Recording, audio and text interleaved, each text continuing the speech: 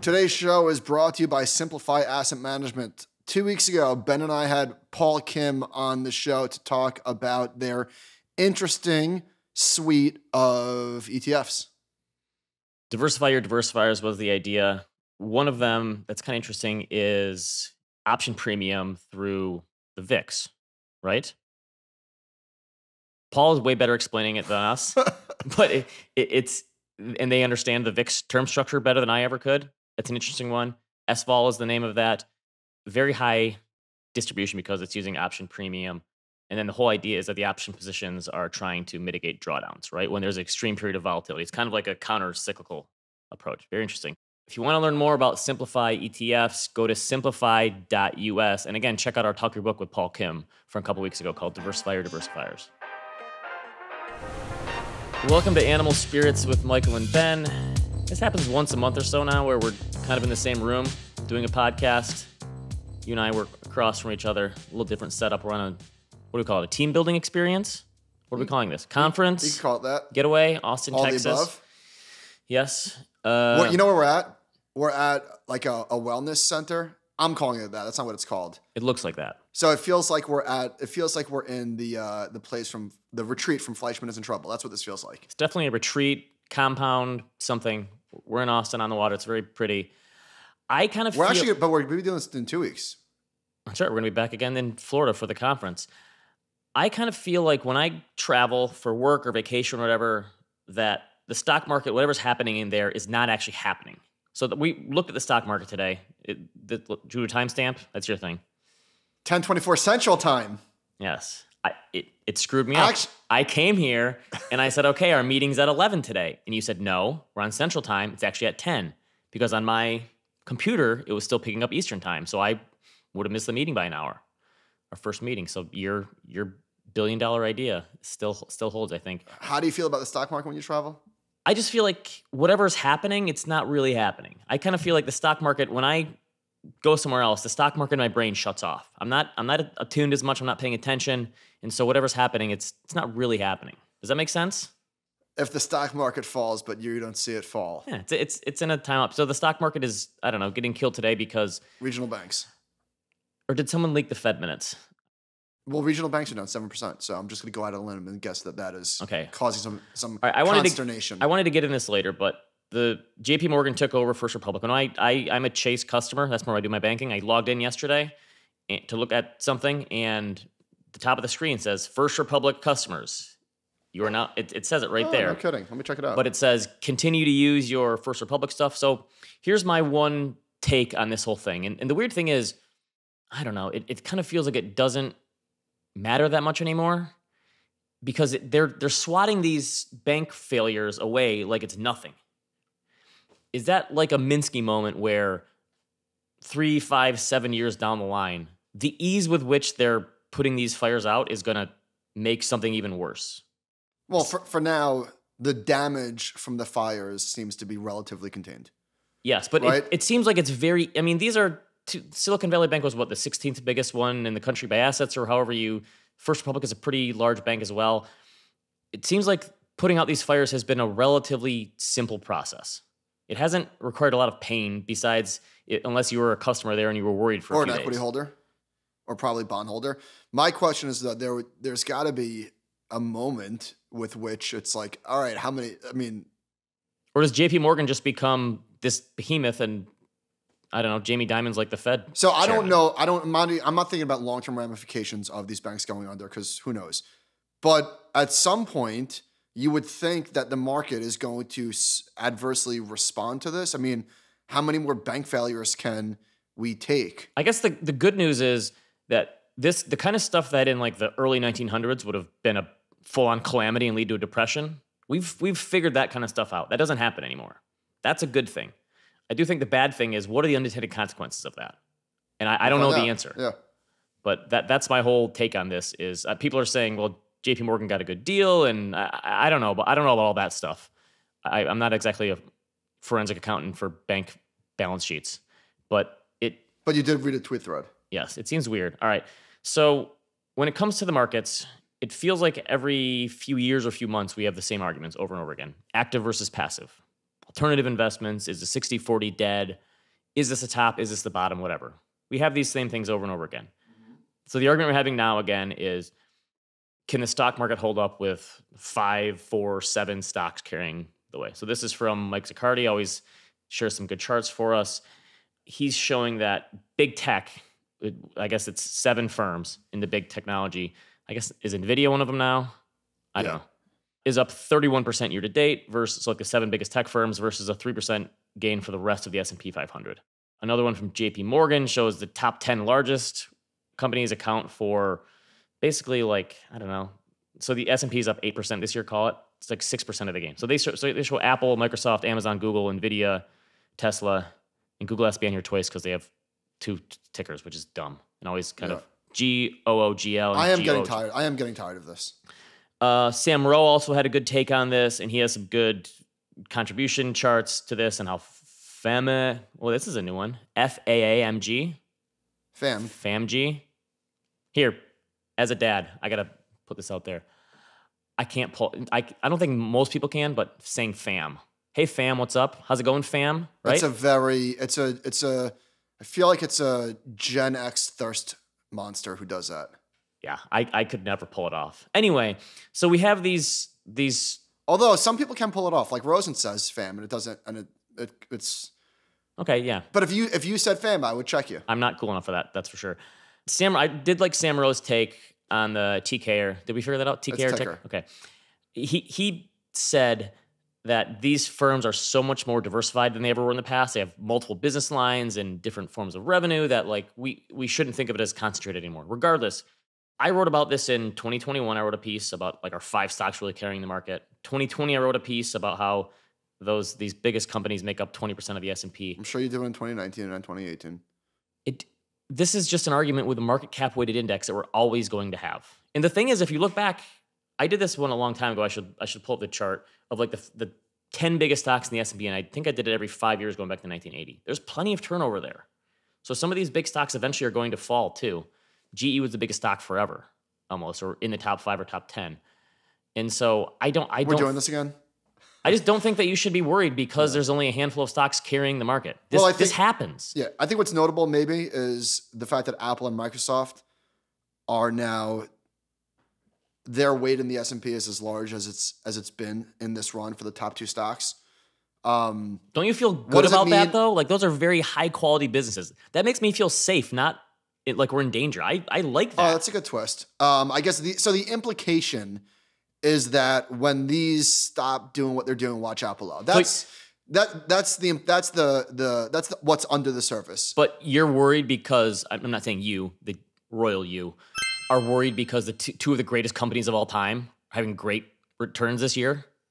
That's fine with me. I'm okay with that. If it was a bunch of junky companies that were like leading the way, then I'd be worried.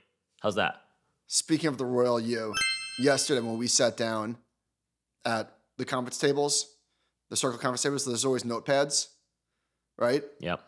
And because I don't know, I guess I saw Lebowski the other week, it just triggered a memory. You know when he's with Jackie Treehorn? Oh, and he does the pencil thing? He does the pencil thing over the notepad. That's what I think when I see those notepads. All right. So here's my counter. Like, yes, the S&P is up 8%. Maybe it'll be up a little less after today. The equal weighted index is up more than 3% year to date. So it's not like the rest of the market is getting crushed. It's still up a little bit. It's just not up as much. If the S&P was up 8 and the S&P equal weight is down 6, okay. There are things to worry about, but I don't think this is one of them. Yeah. Good piece in the Wall Street Journal. I love these profiles. They get me every time. These are like your financial mysteries. Like, you like the mystery book. This is like Ben Catnip. Yes. So they're looking for the bear market's biggest lessons, and they interview all these regular people about their lessons. Oh, we're doing this again where I get logged out of the Wall Street Journal. Don't tell anyone, but I'm still using your login for this. This is like, I don't share Netflix passwords. I share financial news sites passwords. You're a freeloader. I think I have. I have. Do you have my Barron's too? MIFT? I don't think you ever gave me your Barron's. But they interviewed this guy, and we talk about concentration a lot. And this guy is a 40-year-old accountant, and he said that he had a combined $2 million position in NVIDIA and Tesla, and said it just skyrocketed until 2022. And I think NVIDIA was down 70% from the highs probably. Tesla was pretty similar. Hope he didn't sell NVIDIA. So this part of it. So it says he ended up losing all the money he made since the start of the pandemic, accumulating losses of more than $1 million in his brokerage account, which even ate into his initial investment. So he was down. I don't know when he got in. The losses were stressful. At times, he skipped vacations with family to spend time in keeping an eye on his portfolio. I feel like I lost many years of my life. I had so many sleepless nights. Sean, what are you laughing at? Nicole's asking about the pillows. We have pillows on the table because it's a very spacious, echoey room. Yes. So anyway, this is like the stuff about concentrated positions that if you would have just put $10,000 in, we talk all the time about how if you're going to be in these greatest performing stocks, you're going to experience massive drawdowns. It's just not worth it. For most people, it really isn't. No, because what you never think about the psychological toll that this shit takes on you. Again, the losses were stressful. At times, he skipped vacations with family. And the other thing, spend time trading and keeping an eye on his portfolio. This is no way to live. But this is my whole thing about the stock market is not functioning while I'm gone. Like, what can you do if you're down 70% that you can't put on vacation for a week? Like, I'm going to look harder. Like, what can you actually do if you're in a bad position like that? Unless you sell it or buy more. Like, skipping a vacation with your family is not, and like trying harder and doing more analysis is not going to help you in that situation. So the subtext here is not buy an index fund and do nothing and enjoy your life, although that's certainly, a reasonable response. It's diversification. But having concentrated positions it's just no way to live. And if you're going to have, say, I want to put some money into this handful of this stock or these 5 stocks, whatever it is, just figure out a good thing that you like a sleep at night position, like 20% of your portfolio, 10, 5, whatever it is, that it's going to have an impact, but it's not going to cause you to skip vacation. Yeah, I don't know where the number is. It's different for everyone. So 20% is obviously concentrated, but when you have 2 stocks that is your entire net worth that are as volatile as Tesla and NVIDIA.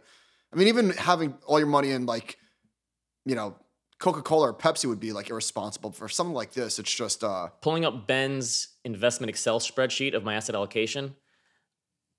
It's probably 80 to 85% is automated, allocated, diversified, and then 10 to 15% or whatever is I can make some other bets and take some chances. And that's like I'm not worried anymore. And if this other piece goes to 0, man, that would sting, but it's not going to end me and it's not going to cause me to neglect my family. On the flip side, did you see what Chris Salt did? Chris Saltis, comma 50. What? He just kept buying the dips, and he's glad that he did. Oh, okay. That's good. So the title of the piece was what, like bear market lessons or something along those lines? Yeah, like biggest bear market lesson. They found somebody who happened to take advantage of the sell-off. Okay. Larry Summers thinks the bear market is not over, apparently. He says, be careful in equity markets. The bond market is predicting recession, but the equity market has not priced it in yet. He actually says that he would be short large cap stocks here. And he's like a big name, and he always makes headlines. There's no way in a million years that someone in his position who says this actually ever follows through with it, right? He's an economist. He's just talking. Yes, he's just talking, but he said to be short large cap equities.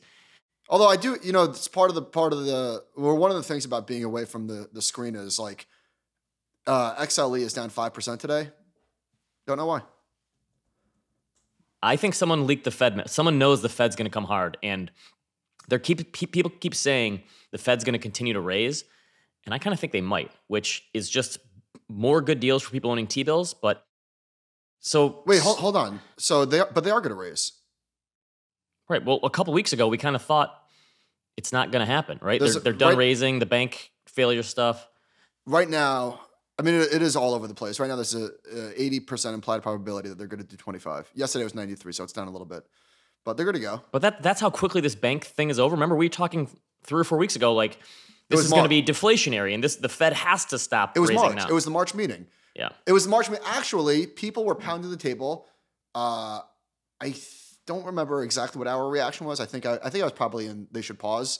I think I was in they should pause, but they're good to go. Yeah. But that was in March, and here we are in May, and I think they're going to go. They're going to do another 25. I don't know. Does it do anything? That's my whole thing is I can look at it both ways of, is it really having an impact, and what's the point of it? Oh, it's having an impact. It's hard to quantify and how long it's, so is it having an impact? It's having Psychological impact for But sure. it's not having an impact where they want it to, though. It's having an impact in terms of asset allocation. It's having an impact in the market in some ways. In terms of how it's actually impacting their goals of slowing the economy and causing the labor market to chill out and causing prices to come down. It's not doing what they want it to do. I don't know. Is it? Yeah, probably not. I mean, so Larry Summers said the bond market is predicting a recession. He's probably looking at the inverted yield curve, which is ridiculously inverted. We're going to plaid now. Get that one? Do I get? Of course I get that one. Okay, just checking. So the Wall Street Journal had another one saying junk bonds are not screaming recession. And I think, would you think junk bonds are the bigger tell than an inverted yield curve, since the Fed is the one who's messing with the yield curve? And do you believe junk bonds more than the yield curve now? Absolutely, because the Fed is obviously manipulating the yield curve, but credit spreads for high-yielding bonds and other bonds are controlled by buyers and sellers. It's entirely controlled by the marketplace. And they worry about if you would see the spread between, junk bonds. Okay, do another cough. One more. Yeah, I need that. Grab a Coke. We have some diet. I'm a little worried you don't have Coke Zero in here because I'm a convert now. I was telling someone, how does Coke Zero taste so good? You've been Diet Pepsi your whole life. Well, so I started off Coke when I was young, and you drink Coke. You and Josh are both DP guys. And then here's my evolution. You realize, okay, if I keep drinking regular Coke, which I did throughout college, what are you side-eyeing Sean for? I don't know. What are you looking at? KRE's down 7%. Yeah. And I realize, okay, if I keep drinking Coke, my teeth are gonna fall out, and it's very unhealthy. So I go to Diet Coke, and I took a while, and I got there, and then I don't like Diet Coke unless I get it from McDonald's because that's the best Diet Coke in the world. Then I go to Diet Pepsi, and now I'm a Coke Zero guy because Coke Zero tastes like Coke. There's zero sugar. I'm sure someone can say like all these fillers or whatever they use are probably bad for me, but is this how people end up getting healthy? Is that? But counterpoint, I saw you running today, and I saw you in the gym yesterday. Not to brag, yes. I was kind of a short little compound so everyone could see. But is this how people eventually get really healthy? Is that scientists are able to make stuff like it tastes like chocolate cake, but it's actually not bad for you? The snozberries taste like snozberries. You know, speaking of not to brag, which we've pounded to death, I really do feel like Verizon stole that from us. Okay. Not that we're the only person to say that, but I'm sure many listeners have seen the commercial. It's borderline egregious. I've got to see this. So they stole the not to brag. Okay. We people keep saying we need to make T-shirts for this. Yeah. I think we do. So, okay, we're talking about junk food. Every once in a while there comes a blog post that I go, God, I wish I would have wrote this. While we're talking, my eating's been out of control. I feel like I have to get that off my chest. It's been bad. Okay. But I'm not gaining weight. So I don't know what to make of that. Well, I feel like the food that I'm consuming, it's got a lag like the fat minute. The fat, okay. Like all of a sudden I'm gonna gain 10 pounds like overnight. That's what I feel like. Okay. Keep working out. Balance. All right, so this is one from Phil Perlman, Prime Cuts newsletter. Phil's the man. He wrote, all this junk food is making all-time highs. And he wrote about all the crappy stuff we eat. McDonald's, all-time high. Pepsi, all-time high. General Mills, what do they make? General Mills? Bad cereal for you? Okay. Yeah. Yum Brands, which is Taco Bell, Pizza Hut, all-time high. Hershey, all-time high. Just a great take that, like, we always say, like, don't bet against the U.S. consumer. Like, don't bet against people eating crappy stuff. That is, like, all his charts in here. Just a great take. Carl Quintanilla had the same thing, some all-time highs. Chipotle, McDonald's, Yum Brands, General, all these things. What's Mondelez? Is that? Mondelez is also consumer packaged goods. So the Ozempic is the new drug that, like, could suppress appetite and make people lose weight. Do you think that there's just something inherently in us that makes us unhealthy and that, like, this is always going to be a problem no matter what science comes up with? Well, being the scientist that I am, I don't know. That's a weird question to ask me. Is junk food always going to be a problem? Yes. Yeah, because isn't it like engineered to like make you feel good and keep you it's addictive, right? Right. Isn't sugar addictive? Right. Did you read the Stanley Druckenmiller piece on FT? Mm-mm. I saw the headlines. Yeah. So, also, I subscribed to the FT to read this piece, so I didn't have to steal it from. Do you have one for them? I support all of the financial publications, okay, as well as multiple Substackers, because I feel like I want to they're giving, and I want to give back. All right. So I think Druckenmiller is the most honest portfolio manager there is. Like I love it that he admits mistakes. Like there's a lot of people out there who just will say something crazy and outlandish and then move on and pretend like they didn't say it. But he says crazy and outlandish stuff occasionally. Like this is the worst setup for stocks I've ever seen. But then if he's wrong, 3 months later, he goes, you know what? That's on me. Hand up. Yep. I was wrong. Yep. So he says he missed the dollar rally, which I guess this is the kind of stuff he trades as currencies, because I could not bring myself to buy Joe Biden, Jay Powell. It was probably the biggest miss of my career. And he's talking about, because he always is giving Fed takes and economy takes and I'm just kind of appreciative of the fact that he says, listen, I allowed like politics to get into my process. But the funny thing is, like, I think you talk about in your book, he has that one line where he's like, what did I learn here? Nothing. Yeah. Right? From the tech boom or whatever. Like he does this stuff and then he admits it, but then I don't think you can turn off that politic mind or whatever, because that's the way he's wired. But I just appreciate the fact that he says, you know what? I was wrong here. While we're in self-reflection mode, I feel like I'm very low energy right now. I don't know if that's coming through. Do you feel my low energy? Sean, are you nodding your head? Are you a little hungover from the last few days? I'm not. I haven't been sleeping well. I'm an above average sleeper. I might be the best that I know. My head hits the pillow. That doesn't surprise me at all. That I'm a great sleeper? Yes. My head hits the pillow and I'm out in 60 seconds. I'm usually like that too. But for whatever reason, the last 2 nights I've seen the clock at 3 o'clock, which is highly unusual. I sleep better in my own bed. Do I miss my family? That could be it. I remember, I actually did miss my family, and I was thinking about this last night while I was rolling. Duncan says you need to get Michael Miami Vice stat. We tried to get him here. They don't have the blenders. Rolling at 2 o'clock. I remember when I first started at the insurance agency, I don't know why this stuck with me, but it really did. This guy that I was working with for, I guess, who was sort of my sales manager, had 3 young kids. And I guess at the time I'm like 24 and he was probably 40. And he was telling me about that he has to go away. And he's like, I hate going away. I miss my kids so much. And I was thinking like, loser. Like, I'm there too. I had this exact conversation with someone yesterday who has kids that are the same age as mine, 6 to 10 range. And my 6-year-old daughter like lost it when I left. And it is, I'm already, because I hear from parents with older kids, and because parents who have kids older than you always tell you what's coming next. This is the worst age. Oh, that's the worst age. And then just wait, because when they become teenagers, they're not going to hang out with you anymore. And we're at the stage now where my kids like want to hang out with me. And I'm already like nostalgic for this period, and it's not even over yet. Yeah. Because I know it's coming a day when they're going to, Dad, you're a loser. I want to hang out with my friends instead. But now they want to like hang out with me, and they want me to watch their sports and their games. And yes, that's the stage I'm at too. It's tough. But we shorten our trip. We keep our trips pretty short. Yeah. All right. This was a good one from Carl Quintanilla again. This is from Apollo. None of the indicators the Enber Recession Committee normally looks at suggest that we're in a recession at the moment. I think someone... But it's coming. Okay, so this is the people will always hit us with, well, we had 2 quarters in a row of contracting. The National Bureau of Economic Research, we've covered this before, they're the ones who calls it. I don't know who gave them the title or the billing to do this, but they do. And there's nothing showing a recession, which I think one of us said a couple weeks ago, that there's no signs that we're in a recession right now. Yeah. You can say it's coming, but right now, there are no signs of a recession. This was a good one. I think I kind of asked this a couple weeks ago.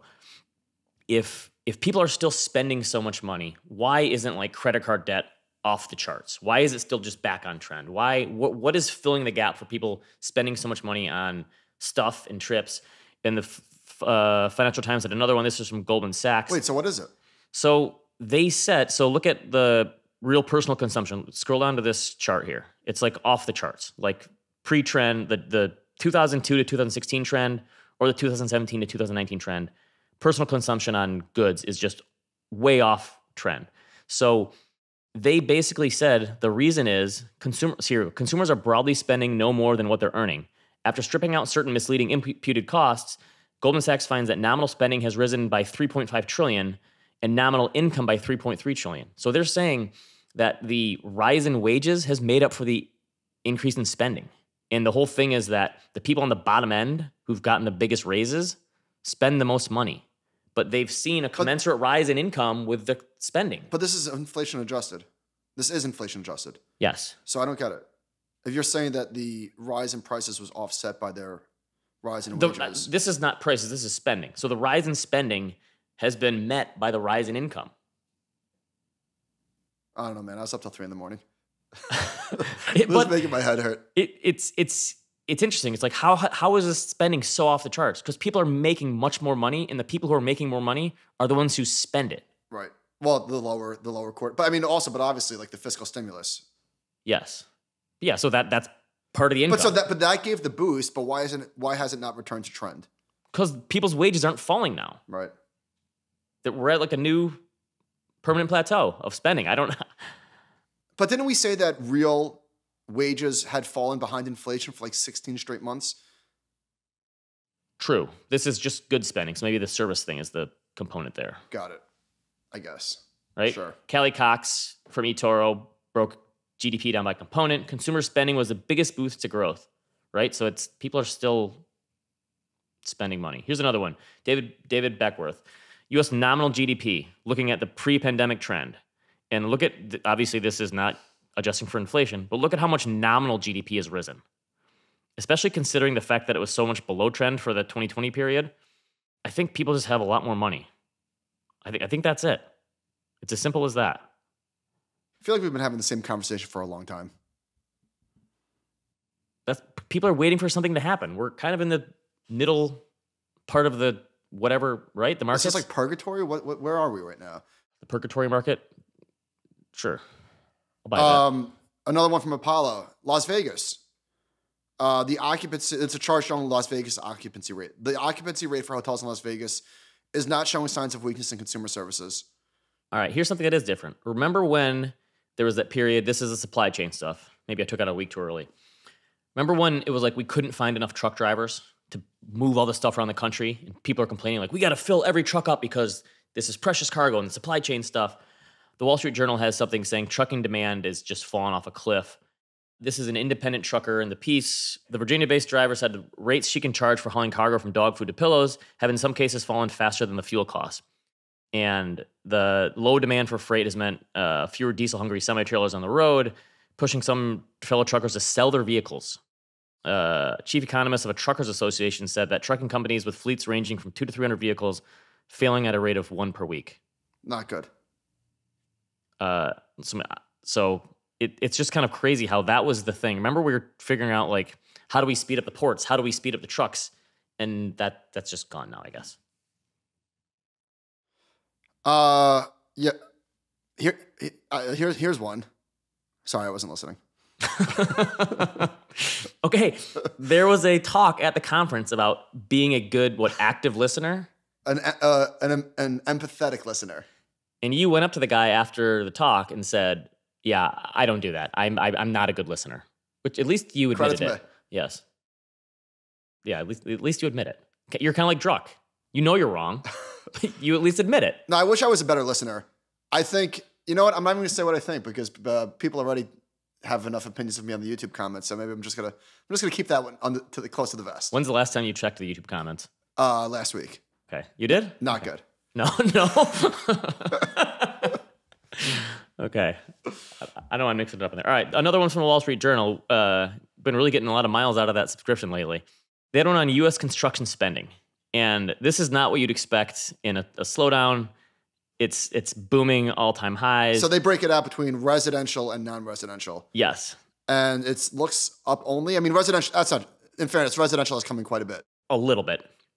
It's still much higher than it was before. All right, but look at this next chart. Home renovation and repair spending. This is the 4-quarter average. That had to fall. And don't you think a lot of... But look what happened here. Yeah, it went crazy. And this would have to fall more, I would think, because home equity lines of credit are 7% now, 8%. So, okay, just prior to the pandemic, this was $325 billion. It shot up to almost 500, and now it's at like 450. So from 325, even coming off the highs, we're still at 425. That was a massive, massive increase. The next one, U.S. construction employment. This one is crazy to me that construction employment is just blew through all-time highs, and it's I don't know, rolling over a little bit if we're doing technical analysis here, but it's still pretty darn high. So they talk about like U.S. manufacturing a lot coming down, and I'm sure that narrative is partially maybe true. I don't know. A record of $108 billion was spent building factories last year. That's a lot. I do see a record. How many of those are Amazon factories? Is that a factory or warehouse? I guess that's different. Warehouse, I guess. Okay. I think we spoke about home builders last week. Here's a quote from this CEO of Chipotle talking about like why new construction is in such a bull market. He's talking about new buyers, so first-time buyers. They don't have a home to sell, and so they are not hampered by the low interest rate. Okay, that makes sense. It does seem like the only game in town right now. Because I have a friend who like, for various reasons, is looking to move, and he really can't. It's just impossible to justify going from 3.5 to 6. I said yesterday at lunch to someone, some bank is going to step up to the plate and say, we're going to allow you to port that mortgage. You're going to take this 3% mortgage that you have here.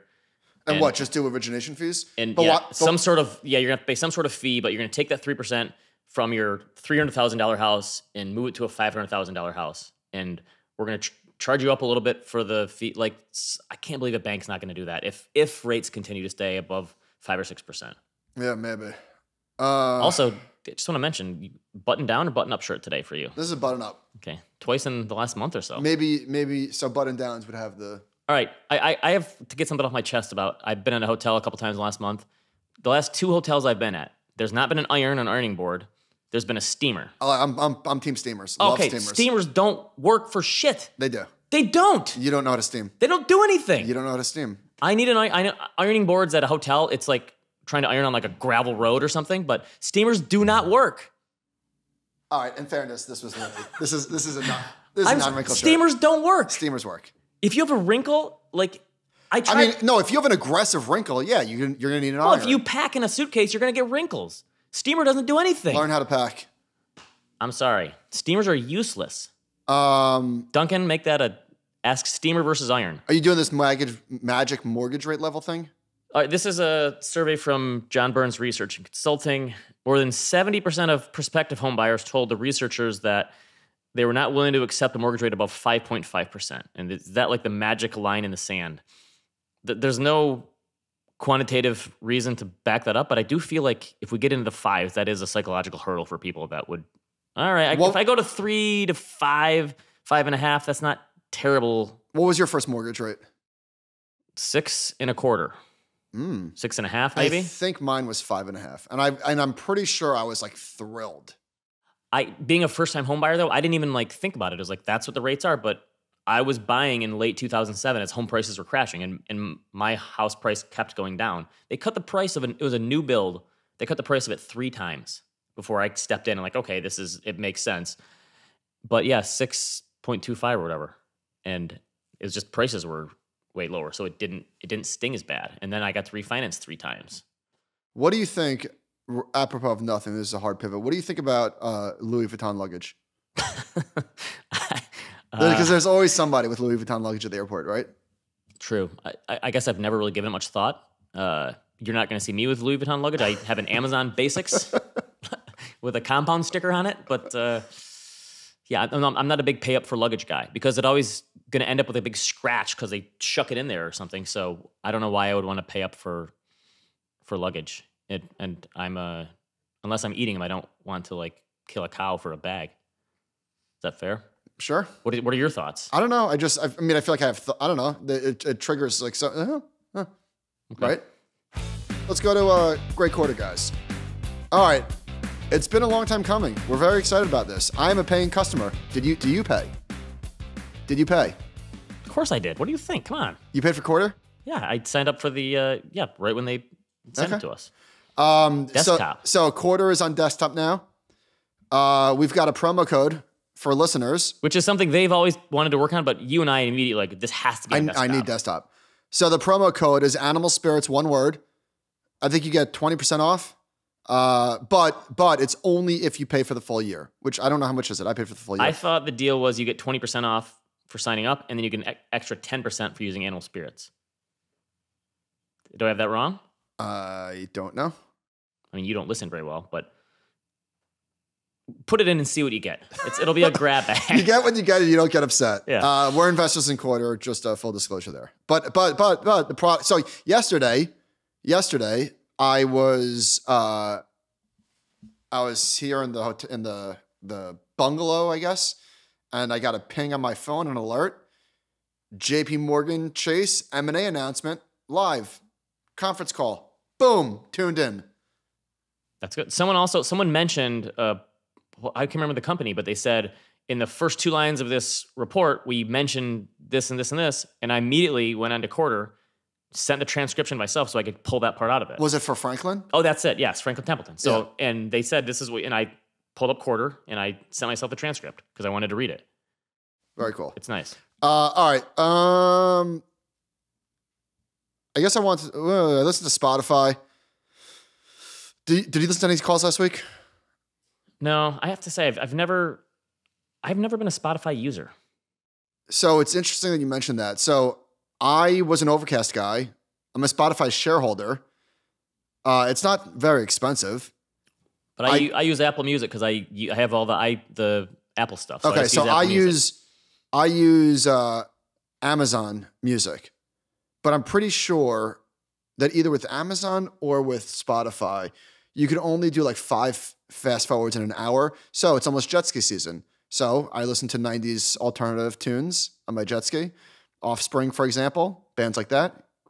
Really? Okay. I dial it back to the 90s. I turn it back. But you can only, so anyway, so I ended up paying for Spotify. So now I'm going to be unlimited. But anyway, the point is that look at these charts. I mean, just the monthly average active users up and to the right. It's mostly still premium subscribers. The ad-supported margins, ads are just a tough business. Yes, and that's probably in a bear market right now. Well, look at this next chart. So they show gross profit by segment and gross margin by segment. And it's basically, the ad is like just the tip. So they were asked a few times about AI and copying artists, and I can't remember what they said. I think it was probably along the lines of like, listen, super early, fluid situation, moving fast. Everyone seems to be on board that this AI stuff is like... That seems like eventually there has to be some sort of deal reached where there's a specific way to do it and there's a revenue share there. If you create it, then you pay 8 cents, whatever the number is. You know what? There's going to be a bull market in lawyers. Yeah. Right? Because if you are trying to monetize off of somebody else's brand, like that's not going to be a thing. I would bet on Taylor Swift over AI Taylor Swift. She'd be the one that would be able to handle this, I would assume. We mentioned Chipotle earlier at an all-time high. They are just crushing it with price increases, I guess. Total revenue up 17% year over year. Comp sales, credit to them, up 11%. That's a lot. That is a lot. In-restaurant sales increased 23%. Digital sales represented 40% of food and beverage revenue. They did this all without Michael Batnick eating there anymore. Credit to them. So a lot of this was, I got Chipotle one time last quarter after a Knick game. I love how you think about your life in terms of quarters too. Like it's a... But the business is booming. It's not just price increases, although that's obviously a certain part of it. So I went to the Knick game on Sunday afternoon, and there's a lot of kids in the crowd on a Sunday afternoon. And I am a welcoming home fan for away fans. I don't give them a hard time. I'm not a heckler. I'm not a jerk. You know? What do you mean? I'm just, yeah. But there was a guy 5 rows behind us who was such a jerk. He was heckling the whole crowd. That's a gutsy thing to do if you're an away fan. Yeah, he was just, it wasn't funny. Every single time that the Knicks fouled the Heat, he would scream, play by the rules. Every single time. That's kind of weird because it's not really breaking the rules. You're following the rules. They just called a foul on it. Yeah, no, that's the rule book. The rules is a foul. Yeah, it's called. It's not. So anyway, one time we got an N1 and he said something and I just turned around and I said, I don't know, I screamed something at him. I think I might have cursed. There was a line that he went too far and I just couldn't help myself. And there was a guy behind me with his like 4-year-old, 5-year-old son. And I said, sorry.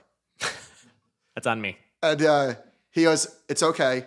And I'm a huge fan of your work. See, this is why the show Beef seems so realistic to me about people reaching their break. And I don't know, it does seem like since the pandemic, people have that breaking point where they're willing to just lose it. I'm not a yeller. I don't yell at people. Yeah. Like, I don't.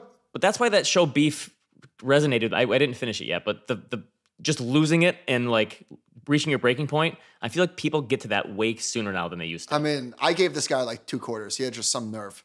Chutzpah, if you will. All right, this is kind of nuts from Amazon. I did not listen to the call, but revenue from ads products grew 21% in the first quarter from the same time last year to $9.5 billion, which is a lot of money.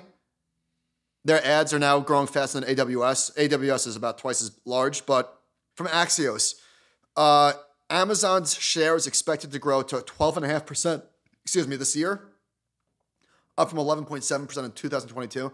Amazon seems like the most natural ad platform. Makes sense. It's like Google. You put something in, and the first one's an ad, and the second one is. Although the stock is acting like pretty trashy until Bezos comes back. Now we're talking. Right? It's up on the day. Now we're talking. Anyway, check out. Oh, one more thing. We spoke about this last week or 2 weeks ago about the Amex call. About how much millennials are spending, but I just want to read from the call. We acquired 3.4 million new cards during the quarter. Demand from millennial and Gen Z consumers continue to fuel this growth, accounting for more than 60% of all new consumer account acquisitions in the quarter. Millennial and Gen Z customers also continue to be our fastest growing U.S. cohort in terms of spending, growing 28% from a year earlier. I'm sorry that this upsets people. Things are okay. Things are always scary. Yeah. Right? I'm not saying things will always be okay, but a lot of the angst that we rightly felt over the last 18 to 24 months has not come to fruition yet. And it's always yet. Right. I get it. Just wait. I know. But like if we just pause and just reflect on where we came from, and what things are compared to what things could have been, not bad. People are still out spending money, right? Not bad. Here's a not good one. This is from CNBC. I think this is from Sean. Share of total net worth held by the top 1% in the U.S. We talked about this in the pandemic, and we said, unfortunately, the pandemic is going to make inequality worse, and it appears it has. This was 25% in the top 1% of net worth in the early 2000s. Now it's up to more than 30%. Just roughly 32% or so. Not a great trend. And I don't really know what, unless you just increase taxes on the wealthy to an unbelievable level, I don't know what stops this. Because it's not like all of a sudden the stock market is going to hinder them. The top 1% going to get to 50%? 40? I don't really want to talk about this. I know. It's not good. Here's something for you. So the stock market is down 1 to 2%. Bitcoin's up 2% today. Are people looking at it again as an anti-system play? I mean, for today it is. It's one day. Gold is also up 2%. So I think, this bank stuff, I'm not trying to minimize this. This is concerning. I'd minimize it. I don't think it's a thing. I think it's a thing, again, maybe down the road, but the Fed and the FDIC. When you say you don't think it's a thing, so I don't think it's like a systemic. Regional banks are at a 52-week low. They're down 7% today. So are you saying it's a stock market thing? It's not a real world thing? I think if you're a regional bank shareholder, you should be concerned because I think we talked like the concentration is just going to get bigger. JP Morgan and all these big banks are going to get bigger. I think that's maybe that's the slow realization is like, I don't know, maybe it doesn't make sense. So I did see someone on Twitter. What, to have so many banks? Yeah, I think someone on Twitter also said, like, maybe we shouldn't let anyone in California have a bank. Like, I kind of like that one. I just think the big ones are going to continue to get bigger, and whether that's people finally getting over the inertia of moving their accounts. But don't you think all the biggest business accounts now are going to say, what matters more to me, like having the best rates or feeling the safest with my money? And I think people are going to come to the realization of, yeah, I get worse rates there, but I feel I don't have to worry about it. I don't know. This whole, like, how do people feel about banking is a very I don't know how to comment on how people in the country feel about their local bank. I mean, obviously, people that pay attention to our podcast are probably more concerned about their bank than non-financially centric people, just normal people. Like, I don't know if normal people are concerned about their regional bank. But is the stock market powerful enough to put all these banks into trouble to the point of, okay, the equity's effectively worthless, like this bank has to be moved somewhere else, or someone else has to take them over, or whatever it is. I just think the consolidation thing, that's going to be the story for a while now. Well, so the consolidation thing, how does that immediately impact consumers? Or depositors, I should say. That's the thing. I don't think depositors are going to be impacted. I think it's going to be more of the shuffling of owners. Oh, they will be impacted. Whether it's worse customer service, higher rates, harder access to credit, they will be impacted. Okay, yeah, that's true. Just the banks, worse yields. Or if the banks continue. But are we realizing that these banks are offering unbelievable rates to get new customers? No, but I'm not talking about. Forget about the California banks. If the regional banks get taken over, and they still stay where they are under a different banner, maybe it's not so bad. I don't know. It's bad for the equity. Netflix is still the king. I bought more stock, by the way, for what it's worth. Netflix accounts for between 7 and 8% of TV viewing every month. No other service besides YouTube tops 4%. People spend more time watching Netflix. This is from Lucas Shaw at Bloomberg. People spend more time watching Netflix every month than Hulu, Disney Plus, and HBO Max combined. That's nuts, no? That is a little nuts. It's you mentioned how beef is higher quality. Sorry, last thing. Netflix accounts for between 70 to 80% of the top 10 most watched shows in the U.S. every week. That's wild. All right. So someone told us, watch The Diplomat. My wife and I were watching The Recruit on Netflix, which is a CIA one. I watched one episode of Diplomat last night after I got back to my room. Wasn't quite ready to go to bed yet. It was good. They're both entertaining shows, but they don't feel as weighty as like an HBO show. Like it's more like, it's just kind of like the stakes are lower. The lower stakes. Yeah. That's what it's like. They're entertaining, but the stakes don't feel as high. Like when I'm watching Succession, it feels like there's high stakes at play. There's HBO quality, and then there's more or less. I mean, Apple's got some good stuff. I'm a diversified TV viewer though. I like having both options. Sometimes I don't need to be like so keyed in, and I just totally. I'm a little excited for The Citadel on Amazon Prime. I don't know what that one is. Okay, it looks like CIA espionage, maybe. I don't know, action. Okay, all right. Big espionage guy. All right.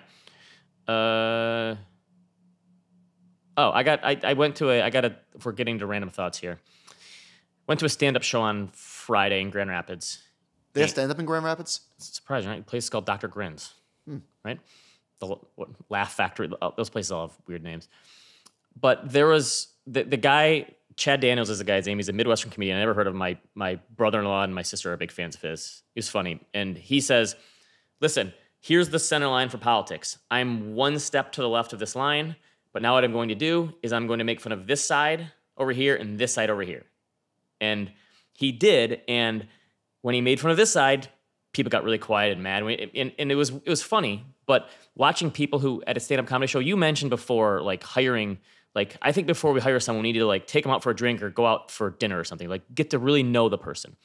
I feel like another test on that realm would be taking someone to a stand-up show and seeing if they laugh. Like there's people at a stand-up show with their arms folded, not laughing, and that's fine if the person's not funny, but I see people like that, and I think I wouldn't want to hang out with that person. Yeah, who can't laugh or laugh at themselves or their anyway. That's a good observation. Did you see the new Mulaney stand-up special? No, I hadn't watched it yet. Good? I have not watched it either, but I'm going to. Okay. I do think there's the other thing I realized is that they had the MC, the opener, and the headliner, right? Mm-hmm. It's funny to notice the difference because you think this person's funny, they're funny. The MC like set up a joke and then botched the landing of the plane. He messed up how he said it. And then he tried to come back to it, but you could tell he missed it. Same thing with the opener. He set up this joke and he said, wait a minute, and he tried to backtrack. He said, wait a minute? Yeah, you could tell he like in his head, he's like, I messed up the words. And then the guy who was a headliner didn't miss a beat on anything. And he nailed every line, every punchline, And it's interesting just to see the difference, but just like misplacing 2 words here or there can totally ruin a joke. And the person who's an actual pro who's been doing this for so long, like never misses that. It's interesting to. I saw a Norm clip with Seinfeld and Comedians in Cars, and it was like the Cosby hypocrisy line. Do you know what I'm talking about? I don't remember. Okay, but just anyway, your point about professional comedians versus everyone else, huge gap. You could just see it on display. It's really it's like NBA versus like middle school. Yes, and even when he was like riffing, that you could hear. When a car goes by with a loud stereo, you can hear it. Like you could hear it through the walls of this comedy place. It's like, boom, boom, and the guy goes in the middle of a joke. He goes, "Wait, we all just witnessed the coolest guy in the entire world just drive by." Like even his like riffing stuff was good. Okay. I don't got very much recommendations this week. I mentioned The Recruit and The Diplomat. I'll keep going with The Diplomat. It was okay. Duplicity on Stars. Excuse me? Julia Roberts, Clive Owen. You'll appreciate this because what happened to Clive Owen? He was good. This might be the last good Julia Roberts movie. She might be in the Tom Hanks realm of when's her last really good movie. It's kind of like a. You pay for Stars? It's with my cable package. Okay. Yeah, I'm still getting cable. Trust me, it's in my bundle. 2009. Ooh, March 20th, right near the bottom. It's like a con artist, espionage kind of, corporate espionage kind of thing. Not a bad movie. Good cast too. Paul Giamatti's in it. The audience gave it a 37. Really? I remember people not liking it. I enjoyed it. It's got a good like little twist ending, and it's also about finding a cure for baldness. Okay, you know what? I'm in on Clive Owen. Very in on Clive Owen. I liked it. I don't know where he is now, but come back to us. I thought it was an underrated, not like a great movie, but underrated movie. All right, what do I've got? So Josh and I had DK Metcalf on the podcast last week. It's on YouTube if you want to watch, or podcast if you want to listen. And he mentioned something about movies, and I had to open that door. And I said, "What movies do you like to go see?" And he said, I go see horror movies by myself. And I was just like, my man. Kindred spirits. I gave him a pound, and Joe, his advisor, sent me that picture.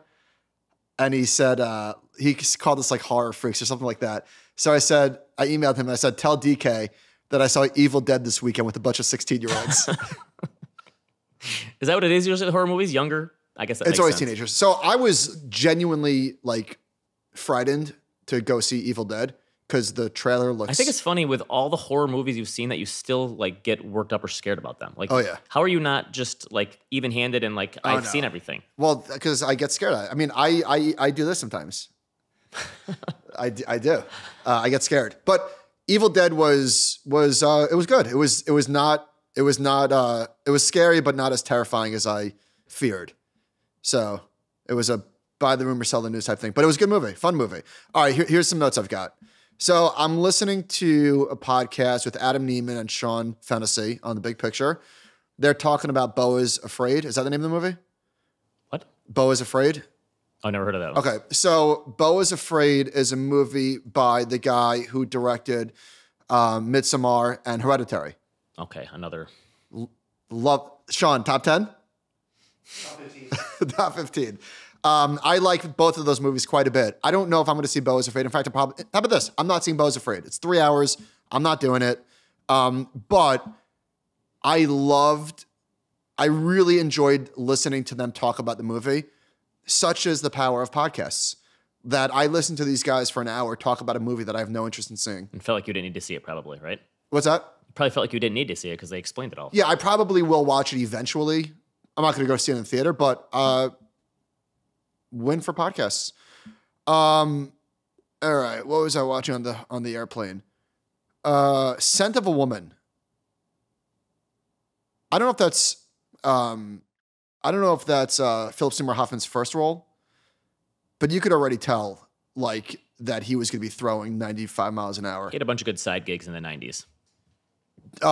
So Scent of a Woman is Al Pacino won for Best Actor. It's about 90 minutes too long. It's actually a perfect airplane movie because it's like 2 hours and 40 minutes or something. There's no reason for it whatsoever. It's ridiculous. You're not going to watch it on the couch. But Al Pacino deservedly won the Oscar for it. And it's got the ultimate that guy in that movie, James Rebhorn. Is he the dad from Meet the Parents? The in-laws dad, right? Yes. It was a big shot. Yeah, I like that guy. Right? He is the ultimate that guy. So I'm glad that I watched that. That's been on my list for like, my grandpa liked that movie. Poppy is what I called him.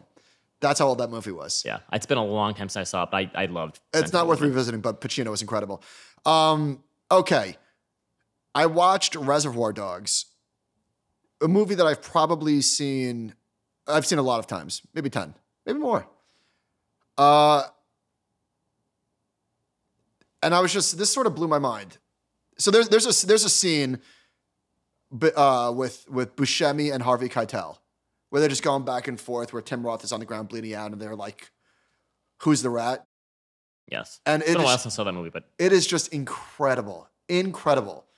So I don't know when Reservoir Dogs came out. 96? well, Pulp Fiction was 94. 92. So I think that was Reservoir Dogs is before Pulp Fiction.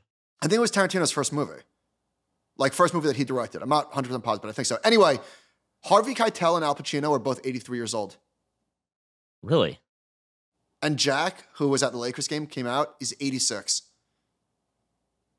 And this is how old Reservoir Dogs is. Do you know when Chris Penn died? Take a guess. I didn't know he was dead. You didn't know Chris Penn died? I guess. Dude, 2006. Trying to say we're old? Yeah. Okay. I remember that. I remember that very well. Being like, oh shit. Because he was a young man when he died. 2006. Oh my God, that was 17 years ago. We're old. I'm tired. All right. All right. I miss my kids. Let's call it. Animalspiritspod@gmail.com. And we will... listen, I'll be back in form next week. I'll be back. Maybe it's because you have the button-down shirt on. I'm just not I think myself. It's slowed you down. Animalspiritspod@gmail.com. We'll see you next time.